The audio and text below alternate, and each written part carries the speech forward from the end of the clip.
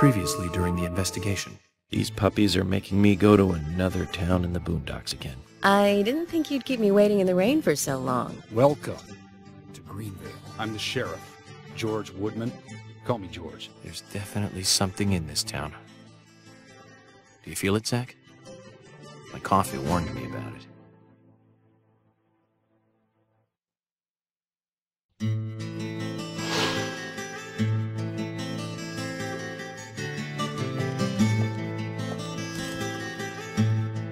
That's one fine building for such a small town.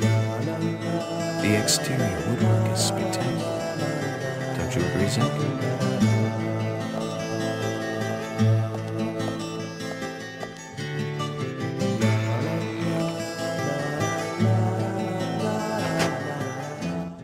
Welcome back to my playthrough of Deadly Premonition, Episode 5.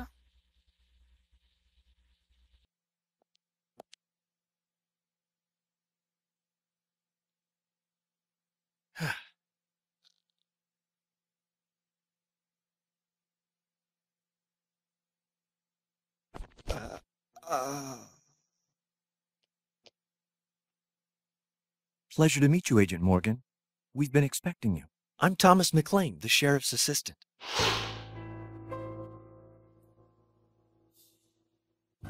FBI Special Agent Francis York Morgan. Please just call me York. It's what everyone else calls me. Very well then, Agent York. I believe I owe you a thank you for retrieving my belongings from my car. Thanks. Oh, no, just doing my job. I want to help do everything I can to help the investigation. I just can't believe Anna was murdered. She was such a bright and lovely girl. Did you know her well? Well, no, not really. But it's a very small town. I'm sorry. It's just that this is the first really big case I've ever seen. I understand. Just try to relax. Can I have a look at Anna's file now? Yes, of course. The sheriff told me to let you through to the meeting room, but I've lost the key to the cabinet where the files are. Why don't you take a look around while I go look for it? Okay. Let me know when things are ready. Zach, Thomas appears to be the kind and sensitive type, totally at odds with the monarch. Almost a good setting for a cartoon.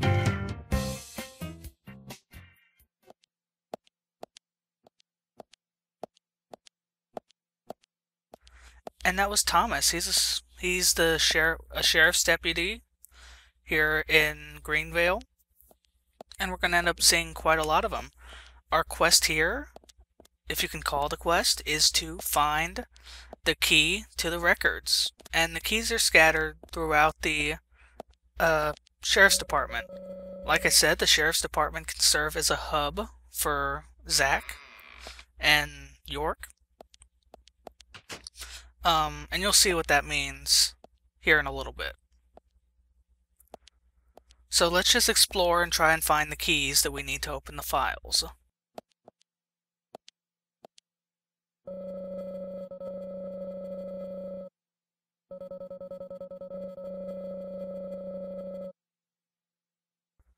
There you go, 14 bucks for checking the weather.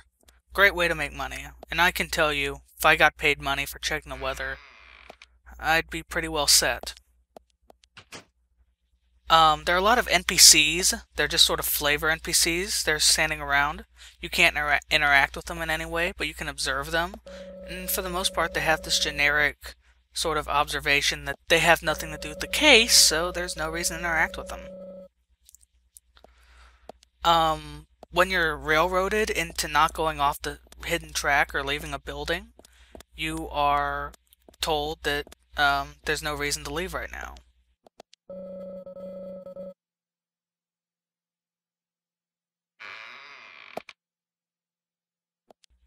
Now, I said the police station was a hub, and it is.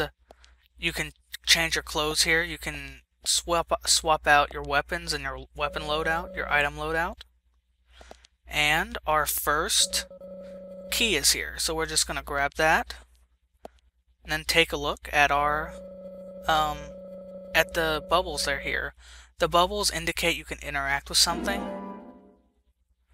Yeah, all the keys have tail keychain, squirrel keychains, which is how they differentiate them. George's locker, there's nothing in here right now.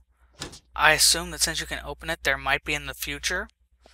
And I was looking to see if Thomas and Emily's lockers were here, but they don't appear to have any bubbles if they are here. Fortunately, this won't be the last time we come to the sheriff's department, more than likely. So we will keep an eye out, and maybe we'll find something interesting.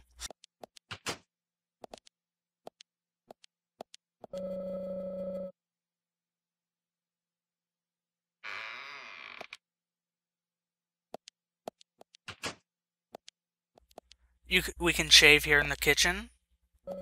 I don't know how you're doing that without a mirror, but you can do it if you want.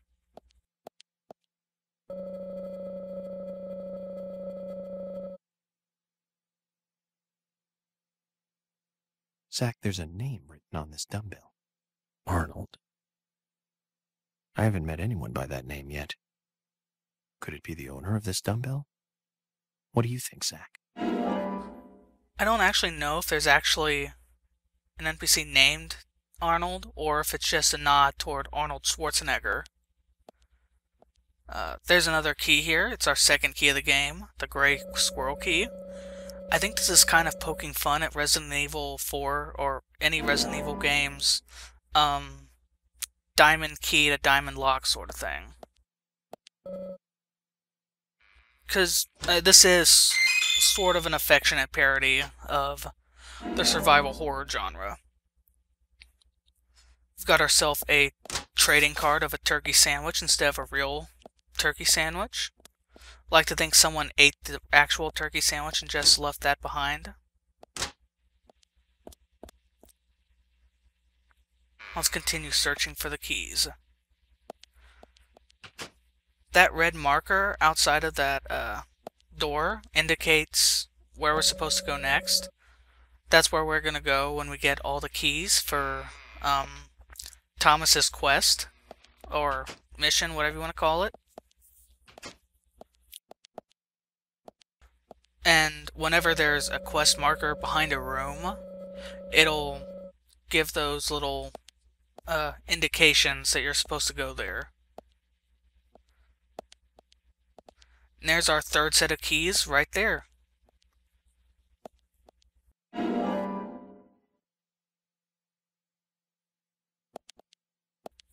Basically, any glowing effect in red means that's where you're supposed to go next for the main storyline. The side quests don't really seem to have a marker of any kind.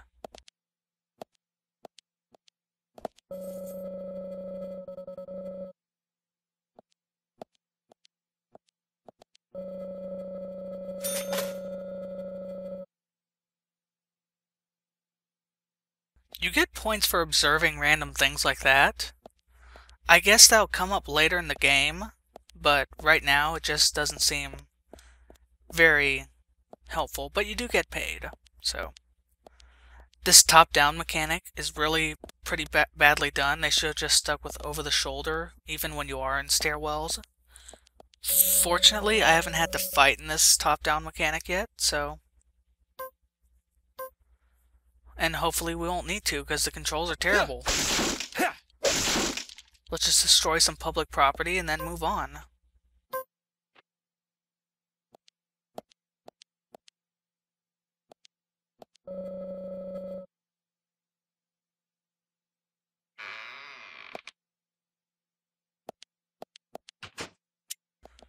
Let's turn on our flashlight, because we're down here in the jail, which is where we are going to find some more keys. But first, let's head down this way to the firing range. The firing range itself is kind of creepy, because it's all black and everything. Completely pitch black, I mean. The first dungeon wasn't even that dark. And the targets all move by themselves. But let's just grab the squirrel key, and, you know, why not pop off a few shots at the target, see how we do. Despite that sounding like a good idea, at this point of the game at least, there's not really much of a point, but since our 9mm has infinite ammo anyways, why not? The bullet holes don't actually stay in the target. Like, you'll see I'm clearly hitting it thanks to York's laser sight. I can see where about I'm hitting, but it comes back and no bullet holes. As someone who goes to the firing range fairly regularly myself, I can tell you that when you shoot the target, bullet holes are supposed to go in there.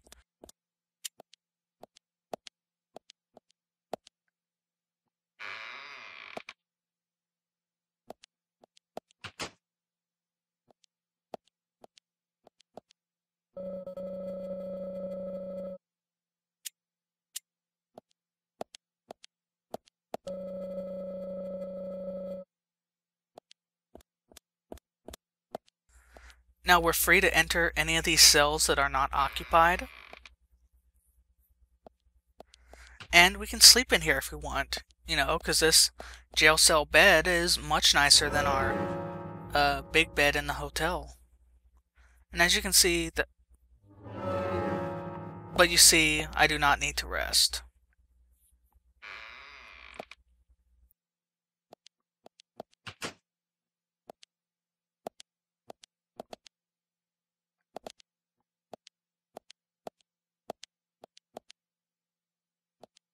We can look in at him, but we can't really go and talk to the guy.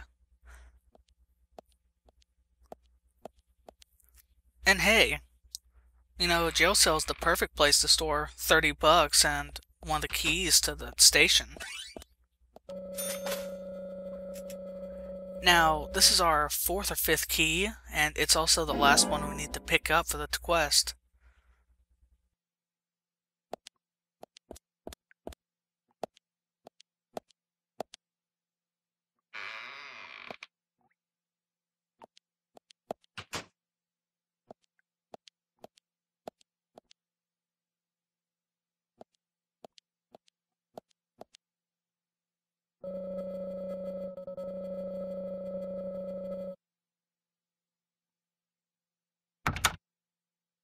I'm an FBI agent.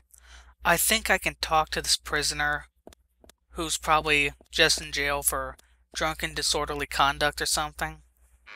I doubt he's going to be a vicious criminal, not in Greenvale. But stranger things have happened. Anyways, now that we have all the keys, let's head back up to Thomas and proceed with the main storyline.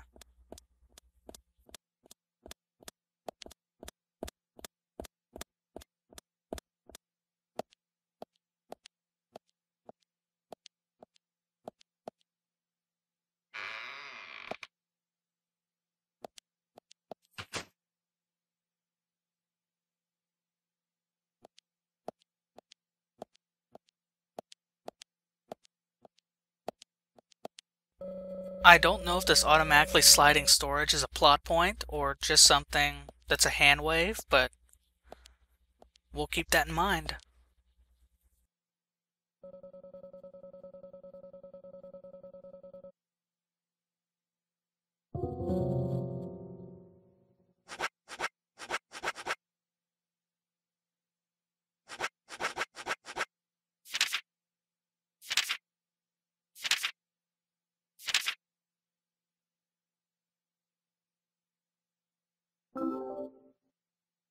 You found the key.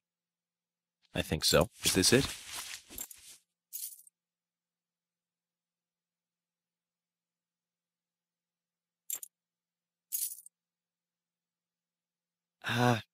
You don't know your squirrels, do you? This isn't the right key holder. This is a Siberian flying squirrel. It's closer to a land-based squirrel. The Siberian flying squirrel is larger than the southern flying squirrel and has a standing tail while the southern has a hanging tail. But we're looking for a southern flying squirrel right now. You sure do know a lot about squirrels. I'm betting it's probably because he's a bit nutty.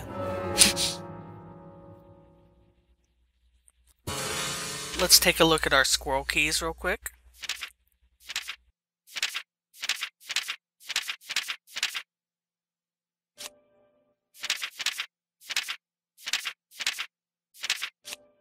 He took one of our keys, the one we gave him, so we're down one key, and there are only 4 choices left.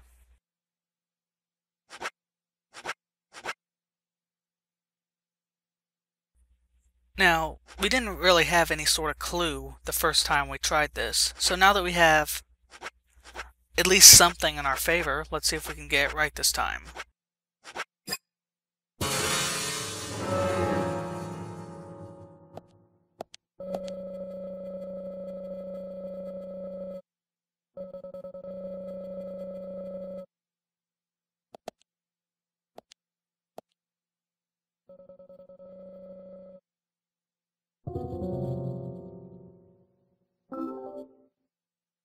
You found the key.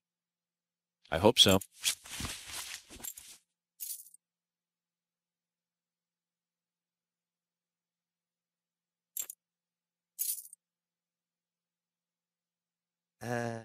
No. This is a sugar glider. Sorry, wrong key. The sugar glider is a small gliding possum. It has shorter hair and a longer, column-like tail.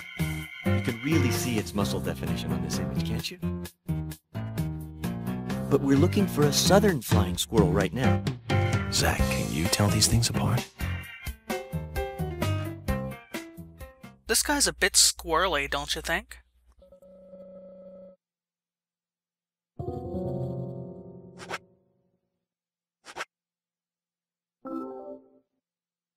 You found the key. That's the right one?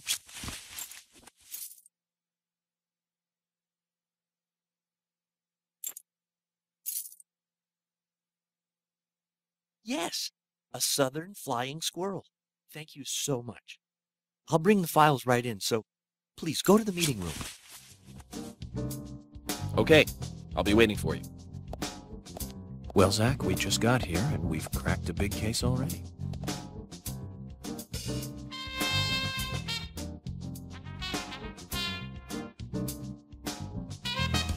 The victim's name was Anna Graham. Age 18, she just recently graduated from high school this year. Her dream was to move out to the city and become a model. But for the time being, she was working in the A&G diner here in town. She lived with her mother, Sally. Anna's father died in an accident in a lumber mill when she was a child. Her mother is unemployed and lives on the insurance money from her husband's accident. After all, it's a small town with a low cost of living. Financially, they seem to get by fine, and they led normal lives. A normal life is exactly what a curious teenager doesn't want. It's all starting to make sense, Zach.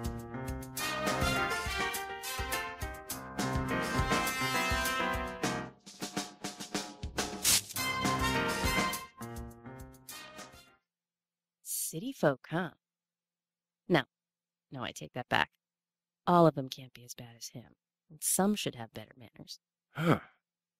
This is a good biscuit. I've never tasted a biscuit this delicious. Where in town can I get these? Well, actually, I baked them myself. That's amazing. What are you doing in law enforcement? I'm very particular about biscuits, I'll have you know. The balance of milk and butter you've achieved here. Oh, my. Agent Morgan, the autopsy's ready. You are welcome to accompany me to the Greenvale General Hospital. Emily, you come too. Thomas, stay here and tidy up these files. Yes, sir. We're going to use the car outside. Let's get going. You might think this is just a small-town police investigation, but our inspections are thorough and solid. I'm hoping you won't slow us down.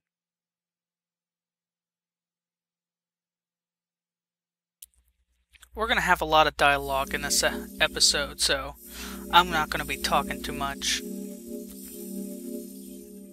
Which, I'm sure it's no loss. My voice is not exactly dulcet.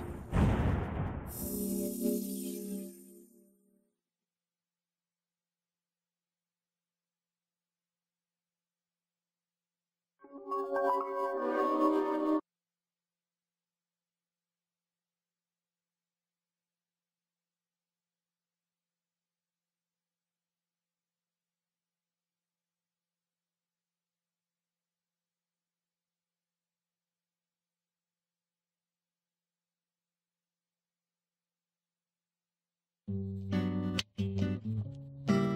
Greenvale General Hospital is down the road by the lake. It's too far to walk. Come on, get in the car. If I'm riding in a car, George, I prefer to be the driver. Can you provide a car for me? What are you talking about? You don't even know how to get there.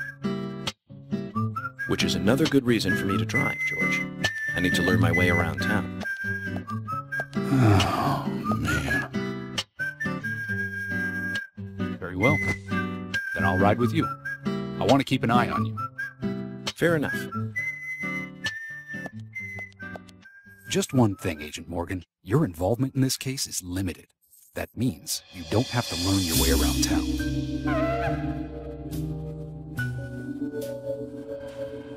George, we'd better get moving. The hospital closes at 2100. Now I'm going to linger here in the parking lot for just a moment to show you something. Sorry about that. Now, remember the weather report earlier?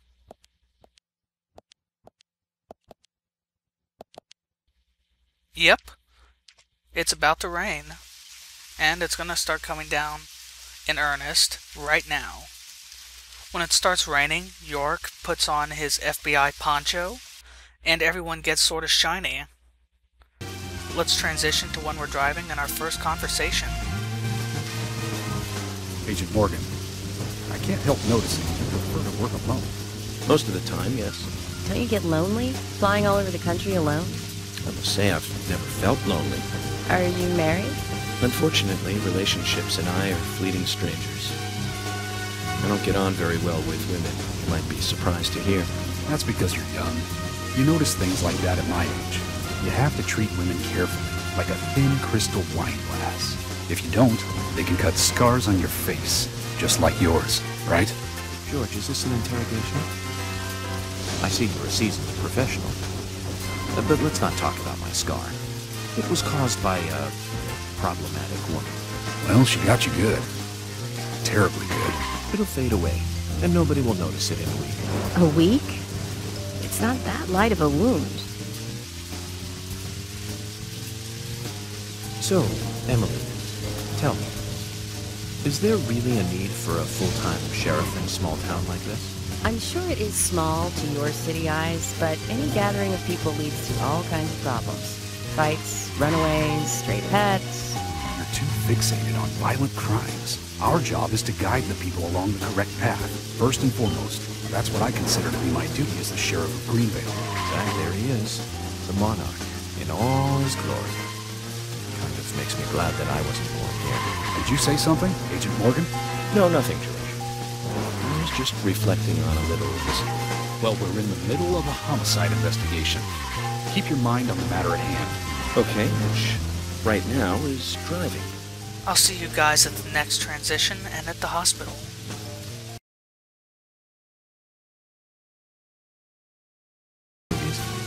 One jewel in the rough springs to mind. Deadly Spawn.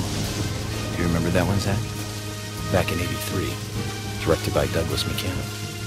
Right, it was filmed pretty cheap, but still it was pretty good. The monster design with the mouth crammed full of teeth, I loved it. So many delicious B-movie cliches.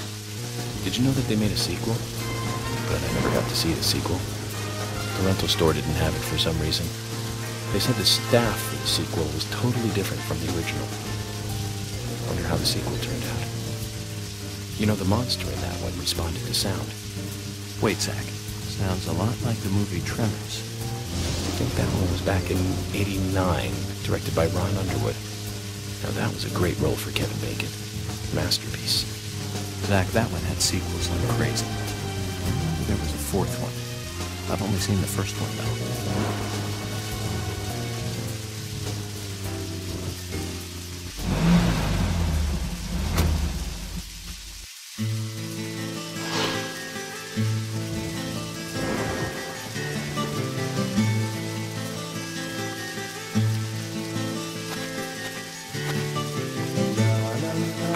Morgan. Have you no respect for rules and protocol? We were waiting for you, and now you try to go in by yourself. Oh, George. I didn't see you in the parking lot, so I thought I'd wait inside. Just watch it from now on.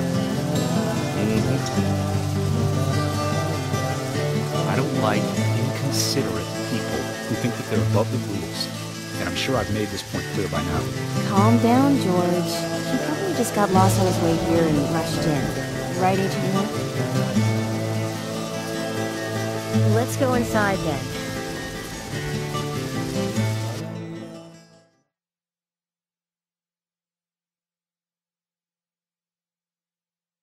I kinda ditched my partners to pick up a card. Nothing worth recording, though. Let's head into the hospital. Hello, Sheriff.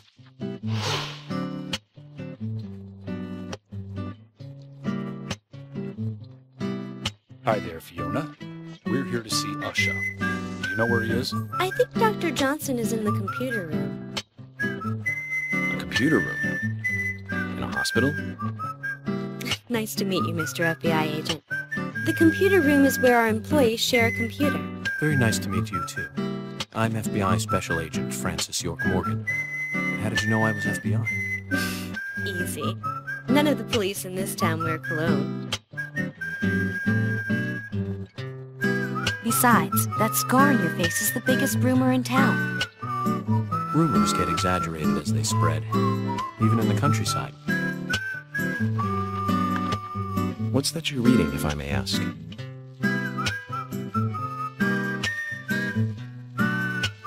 You haven't heard of this yet? It's a recent bestseller mystery. It's set in the U.S., a small traditional North American town close to the Canadian border. A peaceful, traditional place. However, that peaceful town is shattered by a terrible crime, the murder of a local girl. And that incident causes grief and sadness to everyone in town. But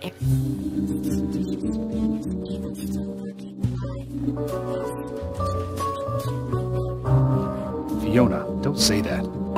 Sorry, I shouldn't have said that. With Anna dead and all. Don't worry.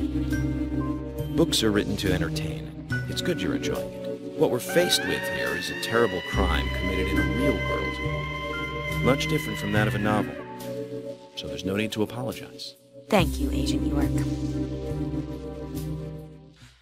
Alright, next episode we're gonna explore and try and find the doctor. Thanks for watching, and have a good day.